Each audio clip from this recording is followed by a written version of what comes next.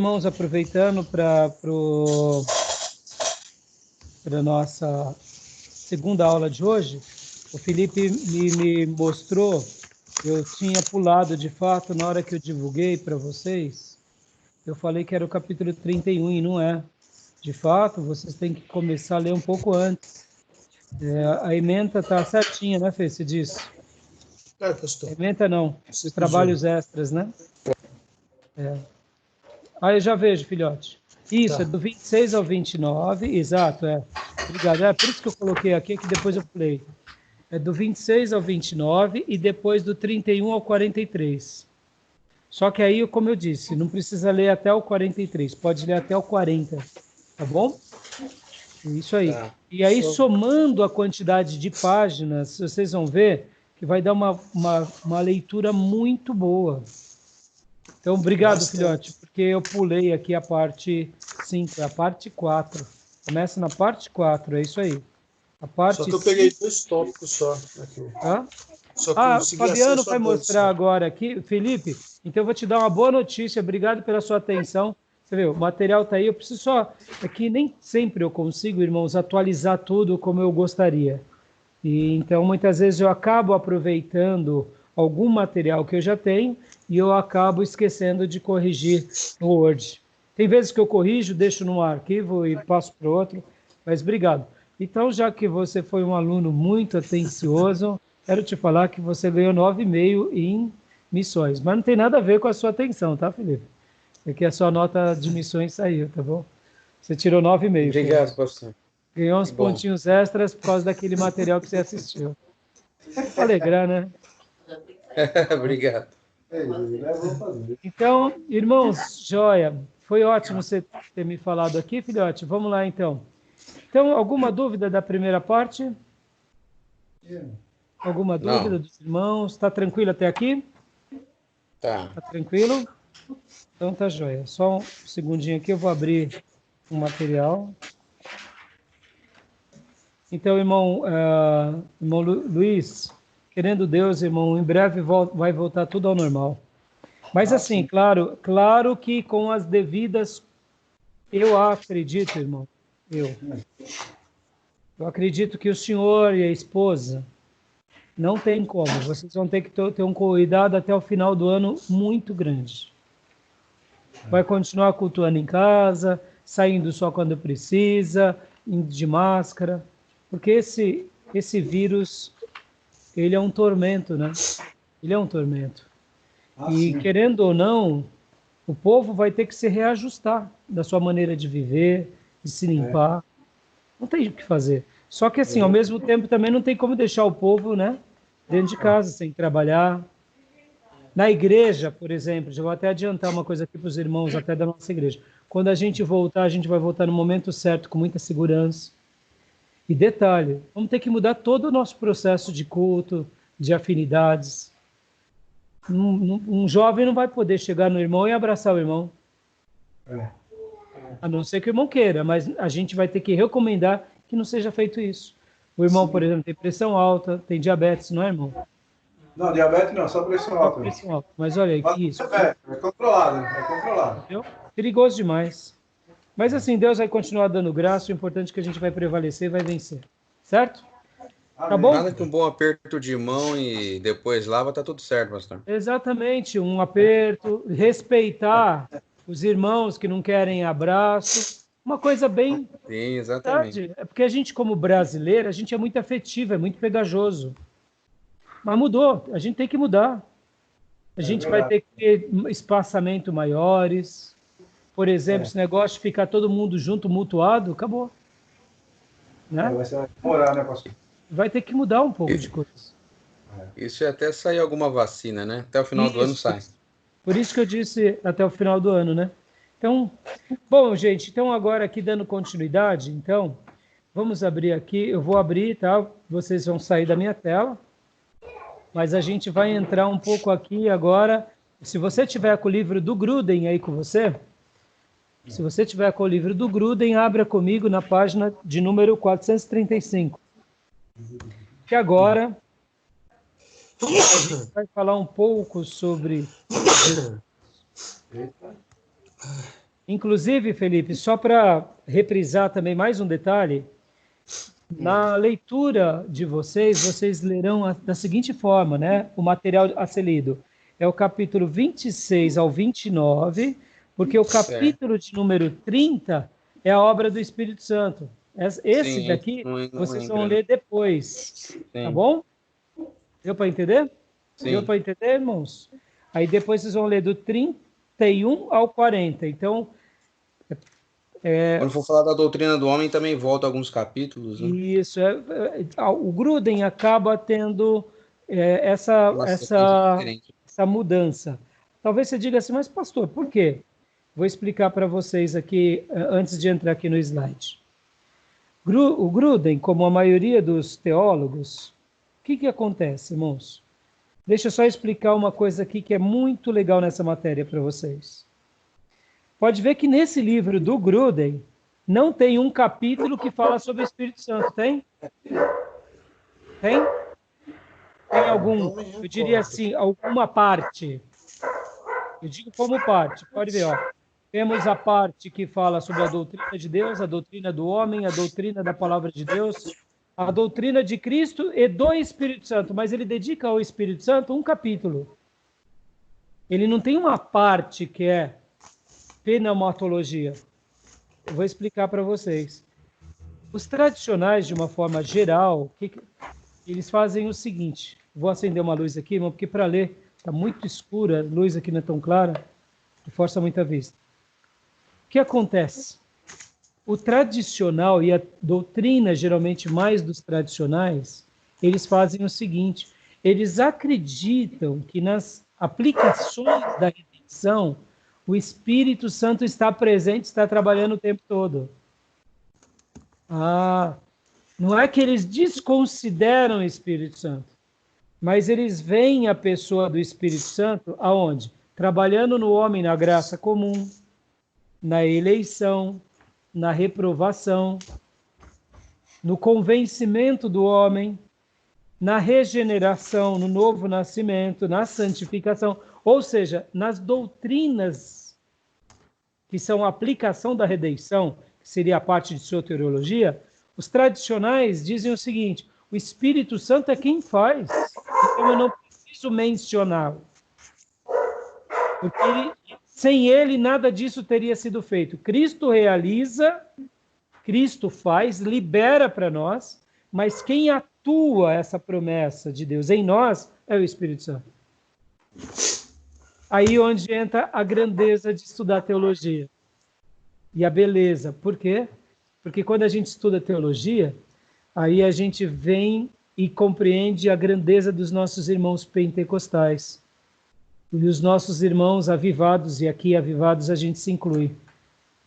Que nós, avivados e pentecostais, a gente dedica um capítulo ao Espírito Santo. Uma parte.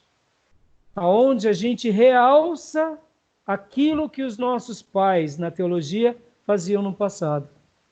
E o movimento pentecostal e o movimento avivado foram esse movimento que enriqueceu e deu mais brilho à obra do Espírito Santo.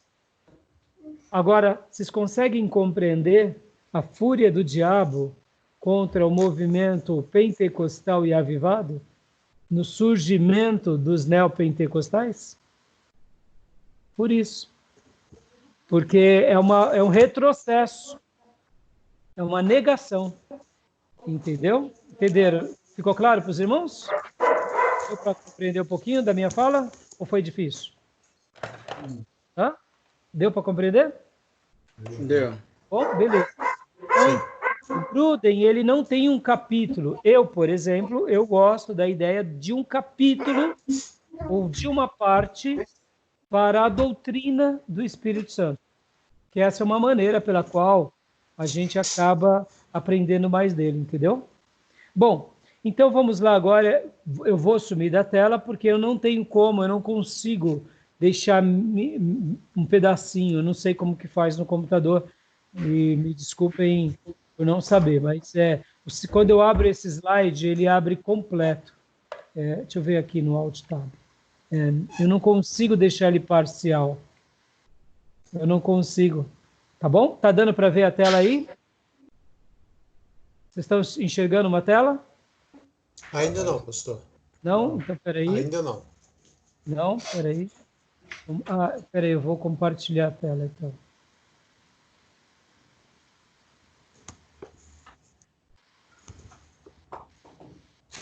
Compartilhar a tela. Agora eu vou... Isso. Ainda não. Vamos ver agora. E agora? Ainda Foi? não. Não, ainda não. Eita. E agora? Ainda está a sua imagem ainda. Eita. Peraí. Eu Agora não sei, a coloquei. não ser que meu modo seja diferente. Deixa eu ver. E agora? Compartilhou? Modo de exibição. Ainda não. Não, vamos ver aqui. Deixa eu mexer aqui, Fabiano. Tá, fica à vontade. Vamos ver se vocês veem. E aí? Não. Viram? Não Não. viram? Oh, meu Deus do céu. Não. Agora deu, porque agora não está dando. Vocês não estão vendo Faz nada igual aqui? o senhor fez do Word lá. Pois é, eu só abri, filho. Eu só abri. E agora? Estão vendo? Não. Não. Deixa eu ver então. Eu acho que eu tenho que clicar em cima.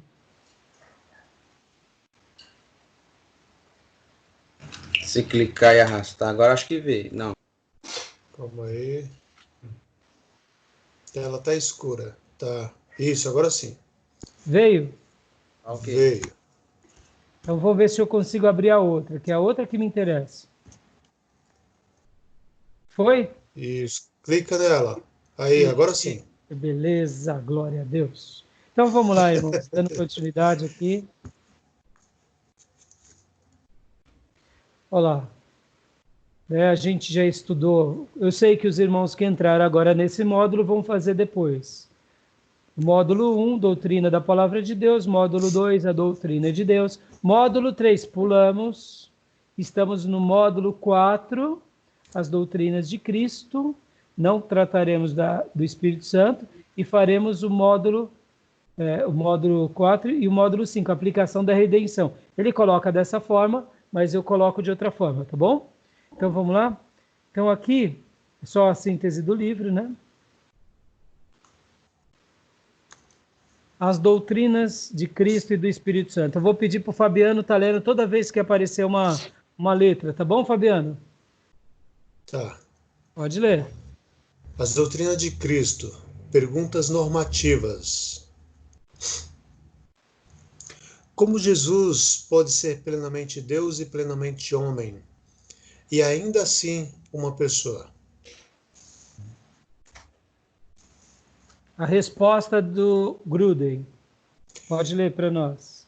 Jesus Cristo foi plenamente Deus e plenamente homem em uma só pessoa, e assim o será para sempre. Vamos debater um pouco sobre essa resposta do Gruden. Isso está lá no livro, a partir da página 435. O que vocês dizem sobre essa resposta do Gruden? Fantástico. Pastor, estou com o livro de Gruden aqui aberto, na página 457. É 435, aí tem uma, Fabiano. Ah, tá.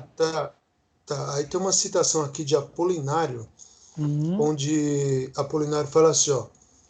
Apolinário, que se tornou bispo em Laodiceia em cerca de 361 a.C., ensinava que a pessoa única de Cristo possuía um corpo humano, mas não uma mente ou um espírito humano. E uma mente e um espírito de Cristo provinha da natureza divina do Filho de Deus. Aí, ou seja, se Apolinário, que já veio 361 antes de Cristo, ele já estava falando dessa pessoa de Cristo, que ele tinha uma natureza humana e divina, então é muito mais provável que, com tanto conteúdo que nós temos em mãos, que relata que Jesus é o Cristo. Tanto é que o livro de João, ele vai falar sobre a deidade, somente sobre a deidade de Jesus. né? Ou seja, não somente, mas ele vai estar frisando isso. E isso é fantástico.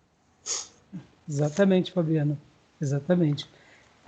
Então, vamos lá. Alguém quer debater mais alguma coisa sobre a pergunta e a resposta? Como Jesus pode ser plenamente Deus e plenamente homem e ainda assim uma pessoa? Não parece uma pergunta simples, mas reflita sobre ela um pouco. Essa pergunta, ela é simples ou ela é complexa? Não é tão simples. Vamos lá, irmão Luiz, irmã Carmen. É uma aula, hein? A gente está na aula aqui, ao vivo. É meio complexo, né? Chega a netinha para da senhora e fala assim, vovó, Jesus Cristo é quem? Aí a senhora fala, é Deus. Mas ele não era um homem? É, ele era homem. Ué, mas como homem pode ser Deus, vovó? E aí? Eu creio que Jesus ele foi 100% homem e 100% Deus. Ele fazia glória! as coisas de homem e, ao mesmo tempo, né, fazia as partes de Deus também. Não é verdade? Ele comia, ele bebia, né? Quando ele andava no meio dos discípulos, ele comia, ele bebia, ele precisava se alimentar. Mas tinha a parte de Deus que ele fazia, que era curar, era, né, salvar, né, libertar, não é verdade? É isso aí, irmão. Isso aí. Agora, né, irmã Carmen, já pensou? A netinha chega para a senhora e pergunta, aí a senhora fala, filhinha, vai se matricular lá no Seminário Teológico Batista Missionário. Complicou para a avó.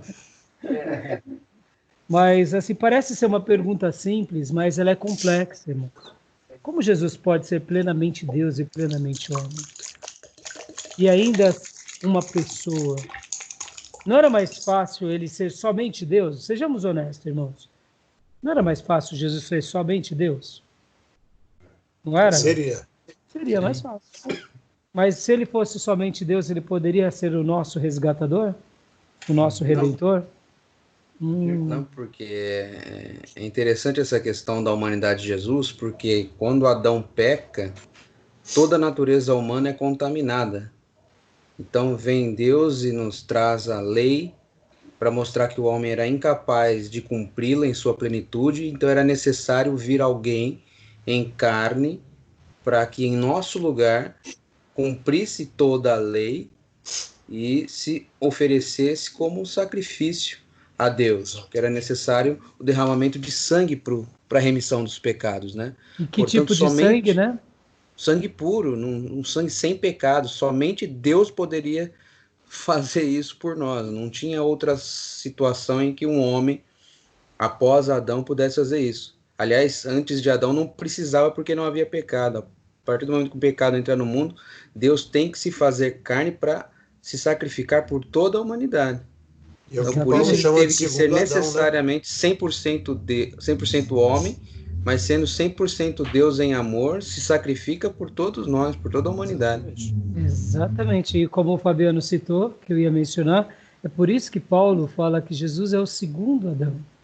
O primeiro Adão falhou, mas o segundo Adão não falhou. E olha que outra coisa fantástica também nesse contexto. Por isso que o nascimento de Jesus tinha que ser um nascimento diferente, para não herdar a natureza pecaminosa. Ele tinha que ser homem, mas não podia ser homem gerado de homem e de mulher, porque entendemos, a gente vai ver aqui mais para frente, que o pecado, a natureza pecaminosa vem em nós, nessa união entre um pecador homem e uma pecadora mulher, nasce um pecadorzinho. Né? Então é onde entra a semente do pecado, mesmo sendo um ser puro, ingênuo e salvo, porque ele não tem como opinar por ele ainda, mas é a natureza pecaminosa. E por que Deus Pai não fez Jesus como fez Adão, do pó da terra? Por que vocês acham? Deus não criou Adão? Agora vamos entrar no campo da fé. Deus não cria Adão? Sim. Sim. Com as suas mãos e sopra nele o fôlego de vida ou a alma vivente? Sim. Não é? Por que Jesus não nasceu que nem Adão? Por que Deus não foi lá e do pó da terra, de um barro lá perto do Rio Jordão, e não fez Jesus? Porque Adão foi o primeiro, né? Desculpa. Mas mesmo assim, se a gente partir dessa premissa, então Deus poderia destruir o universo inteiro e fazer de novo. Também. Não é? Mas era necessário que viesse alguém para mostrar para o homem que ele era capaz de agora andar nos caminhos de Deus, seguindo um exemplo de alguém que veio em carne. Então, e por isso que tem que vir da linhagem humana. Sim, porque se Deus fizesse do pó da terra de novo... Exato, Deus fez um homem do pó da terra e dele nasce uma linhagem falha. E dessa linhagem falha, agora ela é restaurada na semelhança do que Adão não fez. É importante frisar também que era necessário também o cumprimento das profecias dos profetas, né? Que o Cristo viria de uma linhagem. Exato. Mas essa linhagem, quando a gente começa a argumentar, vocês estão notando como é uma grandeza de informação? De uma simples pergunta, de uma simples... gera... E essa questão, por exemplo, que se Deus faz Jesus do pó da terra, concordam que ele era um novo Adão puro e perfeito que não tinha herdado nele nenhuma característica humana daquela linhagem? Sim. E um detalhe, pastor. Deixa eu só concluir, Fabiano. Olha só que interessante. Se Jesus fosse feito como Adão foi feito, todos diriam, é claro que você vive em santidade. Você não tem a mesma natureza que a gente. Você não é da mesma espécie, você não está na linhagem. A nossa linhagem é uma linhagem fraca. Você é um alienígena, né? Exatamente. Então Deus, aí onde entra uma outra coisa genial, amados. Olha como Deus é. Deus cria tudo, Deus cria o homem se perde. Deus profetiza e cria a maneira de resgatar esse homem. E Deus vira homem para nos tornar de volta a Ele. Ou seja, tudo que é feito na nossa vida para nos aproximar de Deus, os primeiros passos é sempre Deus que dá em nossa direção. As nossas respostas jamais é dar o primeiro passo. A nossa resposta é sempre dar apenas uma resposta ao primeiro passo que Ele deu por nós. Pode ver. A salvação não depende de nós. A salvação depende de aceitarmos o que Ele fez, ou seja, em tudo a gente vê Deus agindo, Deus fazendo, Deus realizando.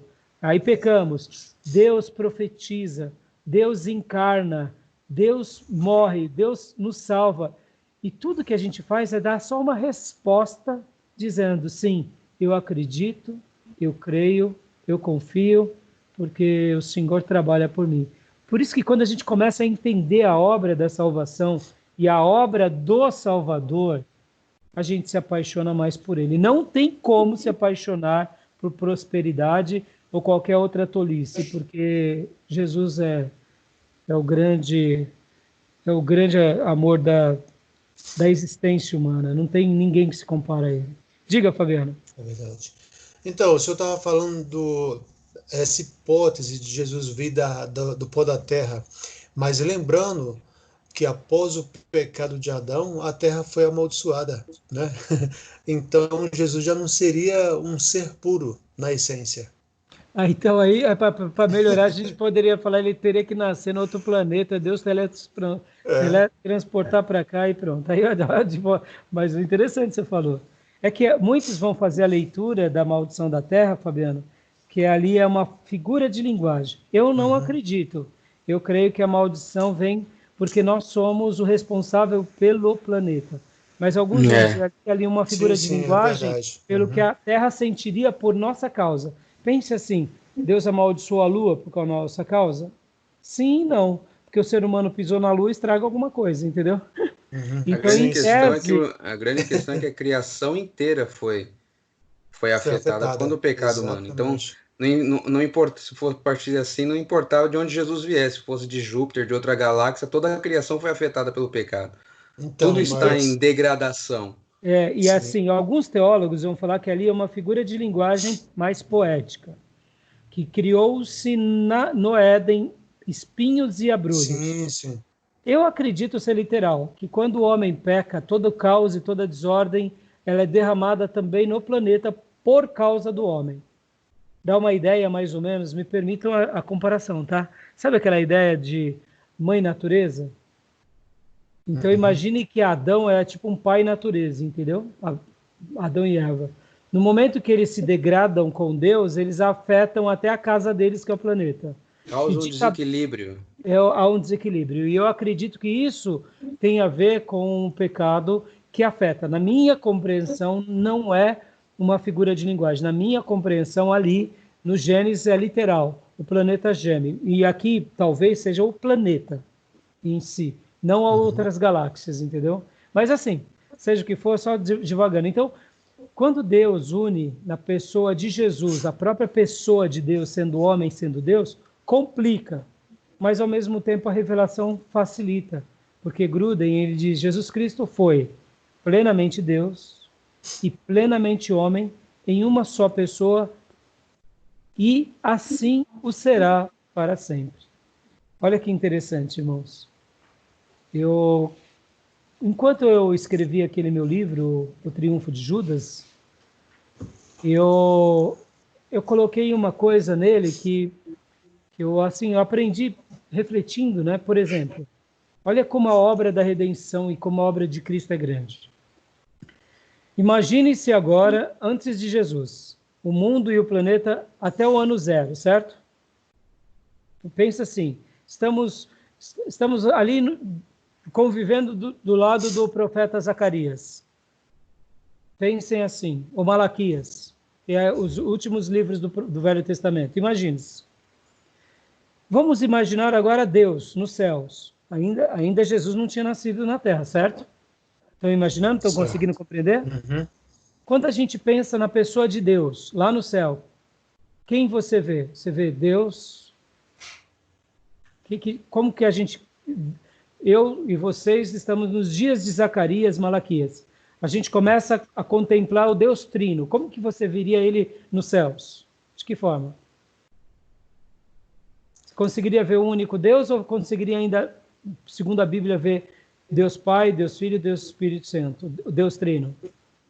Eu acho que é na perspectiva de um só, pastor.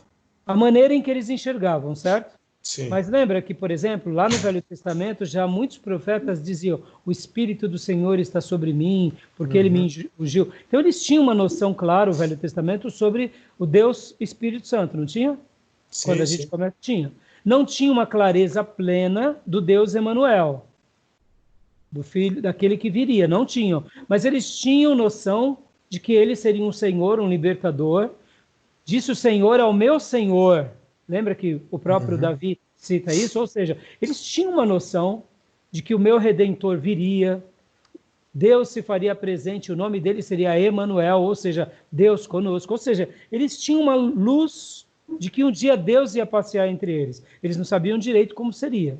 Eles sabiam que seria um servo sofredor, como está em Isaías 53, a partir do capítulo 52, do finalzinho em diante, e o capítulo 53. Eles tinham uma clareza de que a obra do Messias era uma obra especial, mas eles não sabiam como isso aconteceria na plenitude, não é isso?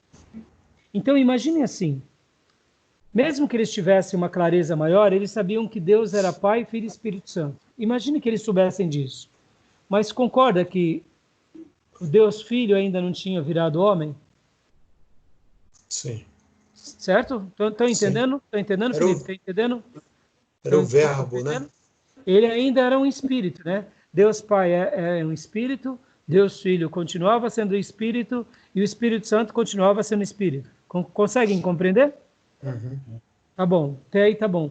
Quando Jesus nasce, que ele encarna, ele vira carne, ele se torna carne, e ele realiza toda a obra que ele fez, e ele morre na cruz. E aí ele vai até o Hades e pega as chaves da morte e do inferno. E depois ele sobe de novo ao Pai. E ele ressuscita com o corpo glorificado. E ele aparece aos seus discípulos. Agora, Deus Filho, no momento em que ele nasce, ele tem um corpo imperfeito. Mas ele realiza toda a obra de redenção. E na hora que ele morre, depois que ele ressuscita, ele recebe um novo corpo. Que corpo é aquele? Corpo glorificado. Corpo glorificado. Maravilha. Corpo glorificado. E aí ele sobe aos céus. Ele sobe aos céus, não subiu? Sim. Uhum. E agora aí entra o Novo Testamento, entra a história da igreja, e estamos aqui. Hoje, quando a gente olha para o céu, como que está a figura de Deus? É Deus Pai, Deus é Filho. Espírito, é Deus Filho, que agora ele não é só mais Espírito, ele agora é... Corpo glorificado. Ele é Espírito, mas ele é Espírito e um corpo Glorificado. E o Espírito Santo? Continua sendo o Espírito Santo? Sim, Continua. dentro de nós. Ele veio para dentro de nós, mas ele também está lá na Trindade, lá no céu? Sim. Claro, porque ele é Deus, né? Agora, olha que fantástico isso. A natureza de Deus mudou. Conseguem ver? Antes do Novo Testamento e depois do Novo Testamento? A natureza de Deus mudou. Pode ver que antes do Velho Testamento, Jesus era o Filho, mas não tinha carne no corpo dele. E depois do Novo Testamento, ele é o Filho, que agora tem um corpo em carne, mas glorificado. É uma Ele carne... participou da história do ser humano, né? E por que a natureza dele mudou? Porque ele participou da nossa história. A natureza dele mudou para mudar a nossa natureza. Puxa vida, que fantástico. Entendeu? Glória a Deus. A natureza... Para mostrar que aquele que assim aceita a mensagem de salvação dele, um dia também terá o corpo glorificado em nuvens. Exatamente, mudando a nossa natureza. Pode ver, Felipe. Quando tudo começa na nossa vida, começa como? Se convertendo, nascendo de novo, não é? Não é uma metanoia? Não é uma regeneração? Sim. Aí esse processo acaba quando na nossa vida? Na glorificação. E é na glorificação a gente vai morrer e vai ressuscitar e ter um corpo como? Glorificado. Deus muda a natureza dele para arrumar a história do homem, para arrumar a história do planeta, simplesmente porque nos ama. Deus muda a natureza dele porque ele nos ama, para mudar a nossa natureza, para a gente aprender a amá-lo. Para que a gente... É interessante, para que o homem retorne ao Éden, o corpo precisa estar perfeito novamente, né? Para que não haja uma nova ruptura. Então Deus que faz essa história de redenção. Fantástico, né? Então a gente vai aprender muito mais. Vamos continuar lendo aqui. Fabiano, o slide aqui. As duas naturezas de Cristo. Divina, humana. Dando uma ideia do quê? De ligação, né? Não há possibilidade de separação. Pastor Rai, eu não consigo entender como a humana casa-se com a divina e a divina com o humano. Parabéns, filho. Você é um ser humano que nem eu. Não dá para a gente explicar isso. Isso são olhos da fé. Se a gente for tentar querer separar essa dicotomia, a gente não consegue. Entendeu? Não dá. Não dá. Estão entendendo? Sim, sim. Eu não estou vendo vocês aí, eu não sei o que aconteceu. Só sei que vocês deram uma risada aí. Tá tudo bem? Eu tô desculpa. O senhor está vendo a gente? Eu não vejo, irmão, porque a tela aqui fecha para mim. Então, aqui eu também... Eu falei para Deus aqui, não estou vendo a gente aqui. Não, ninguém vê. Vocês só estão vendo a tela, essa tela de slide. Eu estou vendo, mas é em miniatura. Você está vendo, Fabiano? Olha, você é malandro. Peraí, deixa eu ver se eu consigo. Eu estou vendo porque eu estou pelo computador, entendeu? Agora apareceu. Mas eu também estou. Agora apareceu. Ué. Deixa eu ver. Eu consigo pôr aqui pequenininho. Está na barra de cima. Barra de cima? É. Eu não sei, não. Bom, não vou ficar mexendo muito, não. Não vai que dá para... Bom, continuar. Então, agora, as duas naturezas, lê para nós, Fabiano.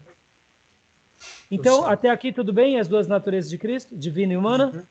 Sim. Vocês entenderam porque a gente não vai ficar debatendo sobre para mim é humana, para mim é divina, porque a gente vai perder um tempão gastando coisa em coisas que a Bíblia não quer que a gente gaste. O que Deus quer que a gente gaste? Deus quer que a gente acredite que Ele fez essa obra por nós.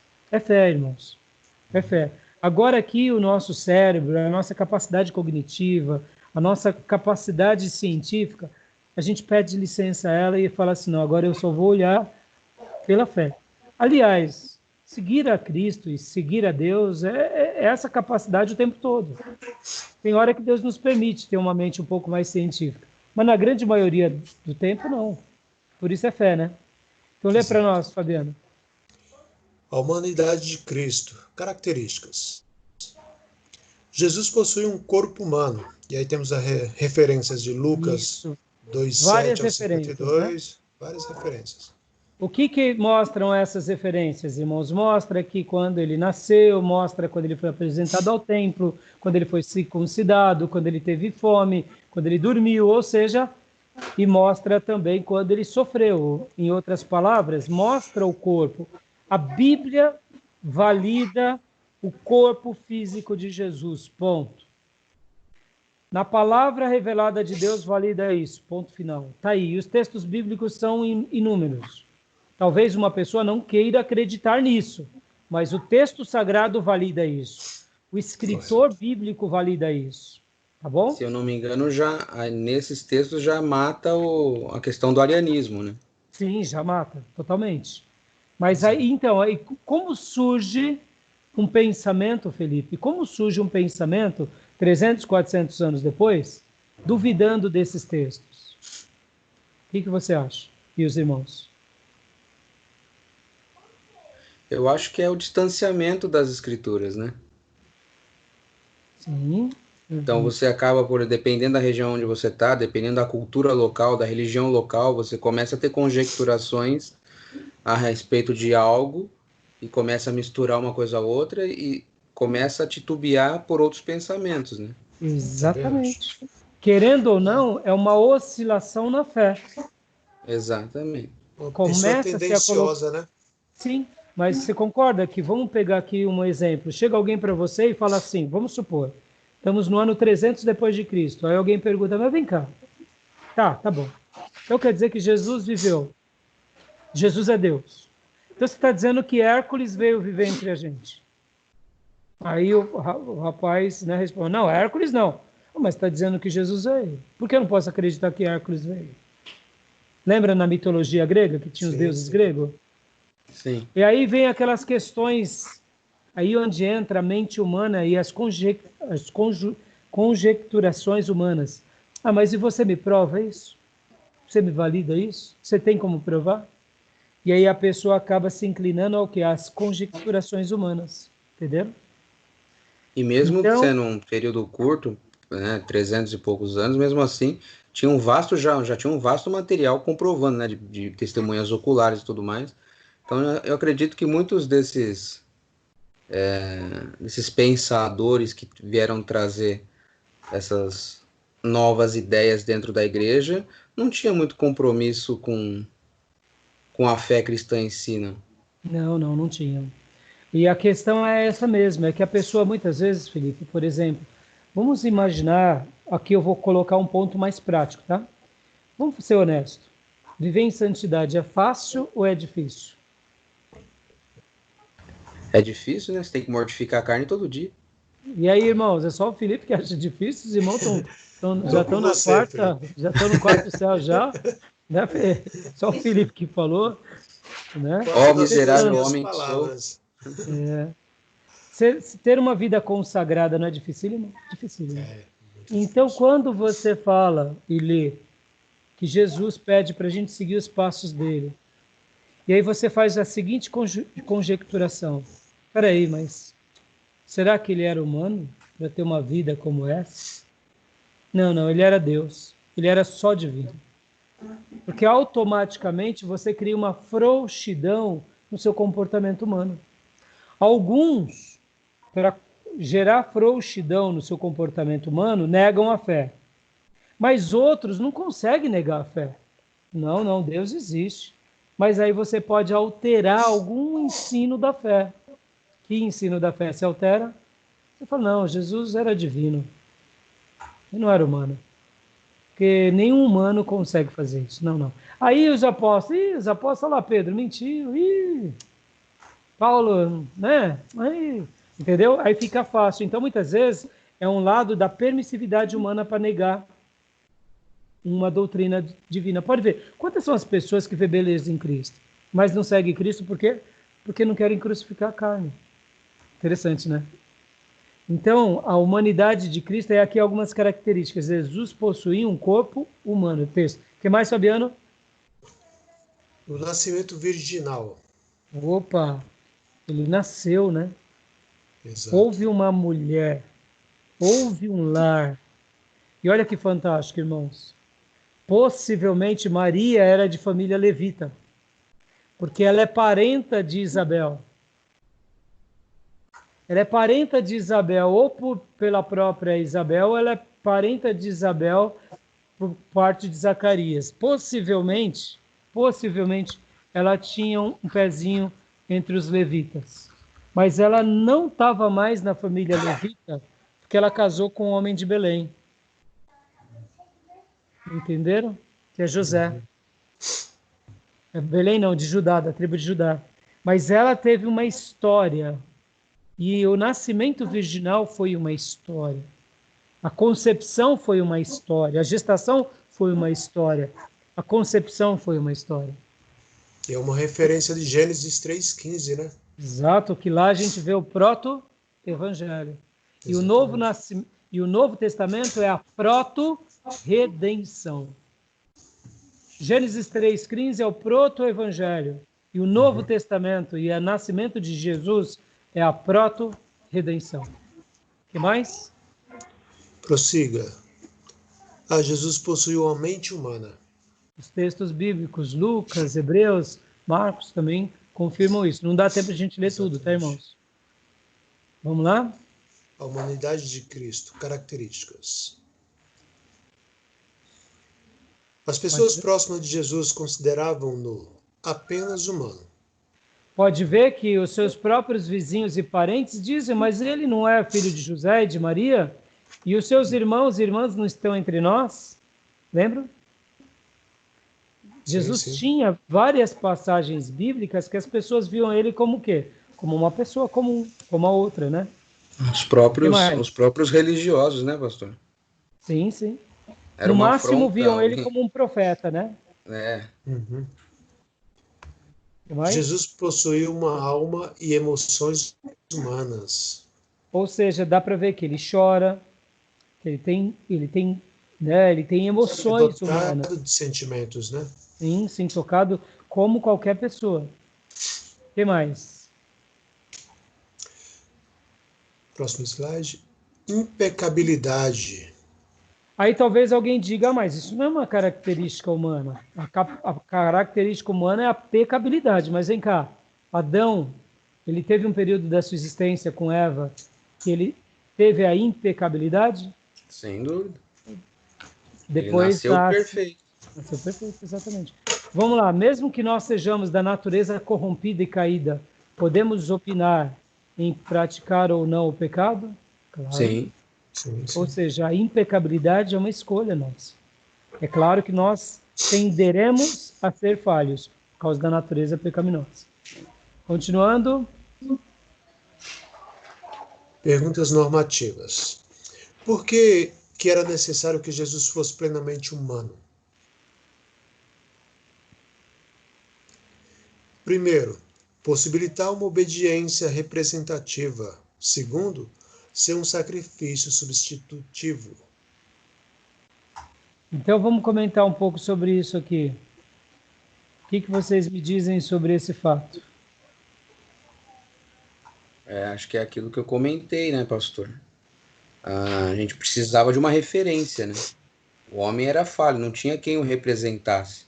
Mesmo o melhor homem da face da terra ainda era pecaminoso. Então era necessário alguém perfeito para que a gente tivesse como espelho e referência a ser seguida, né? Sim. Exatamente. E o segundo é o segundo Adão. É. O primeiro Adão deveria morrer, mas o segundo vem e morre no lugar dele para apagar a ira. Irmãos, quando a gente começa a entender a questão do sacrifício substitutivo, pode ver, irmãos, que quem vai para o campo da heresia não destaca o sacrifício substitutivo. Pode ver que qualquer ato nosso religioso é um sacrifício que não compensa o lado substitutivo. Mas quando a gente entende o sacrifício substitutivo, qualquer ser humano, qualquer líder, sai de cena e entra quem? Entra aquele que nos substitui. Por isso que essa ideia, né, de entender a humanidade de Jesus é entender uma obediência que nós deveríamos fazer e jamais conseguiríamos, e é entender o sacrifício que nós deveríamos fazer, mas jamais teríamos condições de fazer. E é nisso que a gente vê como Deus ama-nos e como Deus resgata-nos. Porque ele, além de ter sido um obediente em nosso lugar, ele é o sacrifício em nosso lugar. Isso é extraordinário, isso é inexplicável, isso é grandioso demais. Querem comentar mais alguma coisa? A gente já está quase acabando. Não, pastor. Prossiga. Continua, Fabiano. Normativas. Por que era necessário que Jesus fosse plenamente humano? Pergunta. Terceiro, ser o único mediador entre Deus e o homem. E os homens. Ou seja, precisava de ter um câmbio. Assim como houve, e aqui, irmãos, quando a gente entende a obra de Cristo, a gente entende a grandeza que Deus criou-nos no Éden. Por isso que quando Deus cria no Éden e diz para ele, dê nome, governe, reine aqui, subjugue os animais, dá uma ideia de um ser tão poderoso no planeta. Eu gosto de imaginar, irmãos, alguns teólogos que viajam muito na maionese, falam assim que Adão ele era tão poderoso, ele usava capacidades 100% do cérebro. O físico de Adão era um físico 100% em todas as dimensões. Então, possivelmente, Adão entrava dentro dos mares e conversava com os golfinhos, com os peixes, com as baleias. Adão voava com os pássaros. Aí eu falei, isso daqui é uma viagem já... Né? Olha, voar já é meio complicado. Agora, compreender o comportamento animal é uma outra coisa. Já, né, Felipe? Mas sabe aquela ideia paranormal que a pessoa consegue ler o pensamento do outro, por que não de um animal? Eu sei que sim. Quando a gente começa a pensar num Adão perfeito, num ser perfeito, num ser... A gente divaga, a nossa mente divaga. Mas aí qualquer coisa fora disso é coisa de Dragon Ball Z, Parece que ele estava assistindo aquele filme Lucy, né? Parece que ele está assistindo aquele filme Lucy. Não assisti ainda, não. Mas aí uma coisa que eu acredito, uma coisa que a gente até vê em algumas pessoas dotadas de alguns talentos, né? Acredito que Adão... porque a gente sabe que o universo todo é criado por partículas atômicas, né? Então existe um campo magnético energético em tudo, né? Então eu acredito que havia uma comunicação entre tudo, né? Onde o homem conseguia compreender através dessa energia em toda a criação, né? E sabe, Felipe, isso que você está falando de energia, você pode ver que... Entra na questão da física quântica e tudo mais. Sim. Essa questão da energia ela é muito real na nossa vida. Você pode ver que quem desfruta muito disso é o índio, né? Sim. Ele tem uma conexão com a natureza porque ele está ali em loco. Pode ver que quando a gente começa a ter uma vida mais saudável, o nosso corpo responde mais com a natureza. É natural isso, por causa dessa correspondência saudável. E agora, sem viajar muito na maionese, né? Mas então, quando Adão, por exemplo, realmente ele domina sobre a criação de Deus e ele é o protagonista ali, a gente começa a entender o quanto o homem e o ser humano perdeu ao entregar toda essa competência e essa chave de governo nas mãos de Satanás. Porque o ato do pecado foi um ato de transferência. Nós aceitamos a sugestão das trevas e demos ao inimigo o que Deus tinha nos dado. Por isso que o homem acaba vivendo sobre a escravidão do pecado, porque ele entrega de mão beijada aquele presente de Deus. E aí agora onde entra o fator mediador, agora entra Deus na história, como homem, para resgatar esse domínio. E isso é fantástico. Sumo sacerdote, né? Sim, só perfeito. E ele, além de ser o sumo sacerdote para fazer a expiação, ele também é o cordeiro na expiação. Fantástico, né? Fantástico. Então, 4. 4. Cumpriu o propósito original do homem de dominar a criação. E é esse ponto que a gente vai entender plenamente na glorificação. Lá na glória, a gente vai entender um pouquinho do que é a capacidade da redenção ou da obra perfeita de Deus em Adão, quando a gente estiver na glória. Alguns teólogos, irmãos, e aqui é um papo também que viaja na maionese, mas é interessante, né? Quando a Bíblia fala que a gente vai governar com Cristo, eles falam, mas será que vai ter planeta, vai ter gente, vai ter crente para que a gente domine sobre tudo desse jeito? Alguns teólogos vão dizer o seguinte, que o universo é esse lugar. A gente vai governar com Deus no universo. Irmão, onde estão os anjos hoje? Eu não sei, mas eles estão com Deus num lugar maravilhoso. Então, será que isso não é possível? Olha, quem sabe?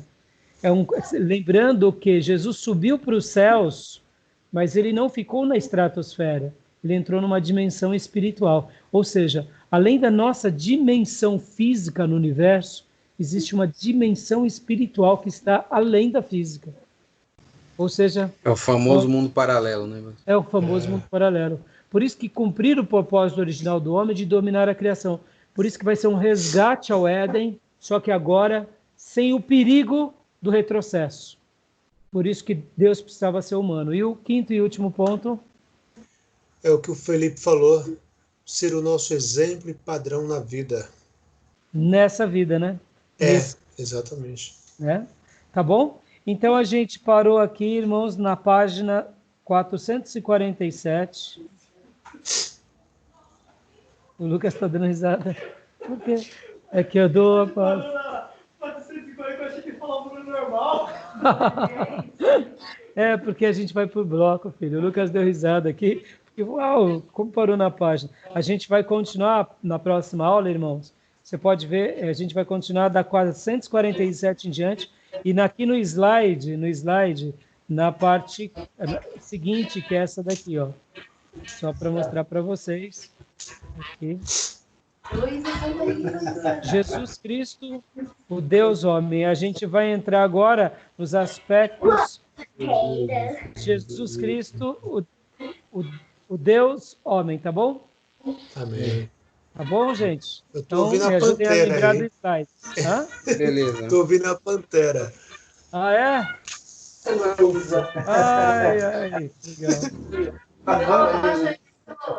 Alguma dúvida, irmãos? Não, pastor. Eu não estou atrapalhando, não, filho. Sem problema, irmãos. Beleza, irmãos. Então Muito é isso. bom, pastor. Não, que bom, filhote, que bom. Então ficamos assim. Jesus Cristo, o Senhor anota aqui, o Deus homem.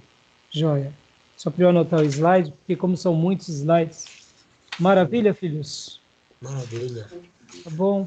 Leiam o livro, meditem. A Lilian, ela precisou sair, ela não pôde, ela vai assistir essa aula depois. Deixa eu dar uma instrução também. Todos aqueles que, por um motivo ou outro, perderem, eu queria relatório, né, que nem hoje nós temos fazendo a nossa primeira aula, certo? Então, por exemplo, que nem a Lilian, ela pegou só a primeira parte da aula. Se alguém perdeu a parte da aula ou as duas, a pessoa assiste depois a aula aqui. E, como eu disse, tem que ser rápido, porque se depois de 30 dias, todos esses vídeos, o Skype retira. Por isso que eu falei para o irmão. Isso é até bom também de propósito, porque o irmão tem que assistir. Então, a pessoa assiste e depois manda para o meu e-mail um relatório, porque aí a gente deixa tudo documentado, tudo organizado. Tá bom? Então é isso, irmãos. Divulguem o nosso seminário. Deixa eu até aproveitar aqui e falar para os irmãos. Agora a gente está nesse processo de reestruturação da igreja, com as redes sociais. E querendo Deus, no terceiro trimestre, eu queria poder, sabe, Fabiano, ter várias classes simultâneas em AD. Quem sabe até lá a gente consegue colocar a turma do médio, onde você e a Cida vai estar dando condução. E quero lembrar os irmãos também que toda a questão financeira, em virtude de agora que a gente não está mais presencialmente na igreja, sempre falem com a Aparecida ou com o Fabiano. Eles passam para vocês os contatos para que os irmãos estejam abençoando a nossa igreja, tá bom? Porque agora, eu não sei quando a gente vai voltar, eu quero voltar com muita segurança, como eu disse, sem precipitação, com muita cautela, porque dá para a gente ter boas aulas e aulas seguras. E quando a gente voltar na igreja, vamos continuar com o Skype, querendo Deus. A gente estejam orando para Deus levantar recursos, material, computadores, para a gente poder estar fazendo a aula lá na classe e o irmão está em casa assistindo a gente em casa, fazendo a aula também. Tá bom? Tá ok. Deus abençoe. Amém. Alguma dúvida? Não, pastor. Não, Mande um abraço para Deise, para o Railson. Mande um abraço, Felipe, para a Natália, para sua mãe, para as irmãs. Fabiano, para sua esposa, os filhos, tá bom? Amém, Deus abençoe. Amanhã, 7h30, no nosso culto de oração, tem um pregador nordestino que vai estar pregando, só que não é o cearense dessa vez, é o Raimundo, mas é o pernambucano. Amanhã sai, né, Fabiano? Amém. Pastor, uma dúvida. Eu tenho que ir para a igreja ou vai ser o vídeo mesmo? Não precisa vir, a gente vai fazer, a gente já conseguiu deixar tudo pronto, tá bom? Tá ok. Qualquer coisa eu te aviso amanhã durante o dia, mas a princípio não. Tá ok, obrigado. Deus abençoe. Deus abençoe, irmãos. Uma boa noite Tchau, a todos. irmãos. Paz. Paz.